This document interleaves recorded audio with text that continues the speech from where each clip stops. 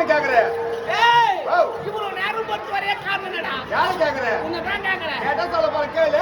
ஏய் எனக்கு முன்னதாக வரக்கூடிய நீ ஏன்டா இந்த இவ்வளவு கால தாமதம்? நான் என்ன சொல்லணும்? பதில் சொல்லு. ஓ நடந்த விஷயத்தை உங்ககிட்ட சொல்லணும். சொல்லு. நீ என்ன கேட்கணும். ஆமா. கேட்கறது யாரு? நானு. பதில் சொல்றது யாரு? ஏய் காவலன். நீங்க யாரு? நான் எஜமான்டா. நான் யாரு? நீ காவலன். என்ன யாரு கேட்கணும்?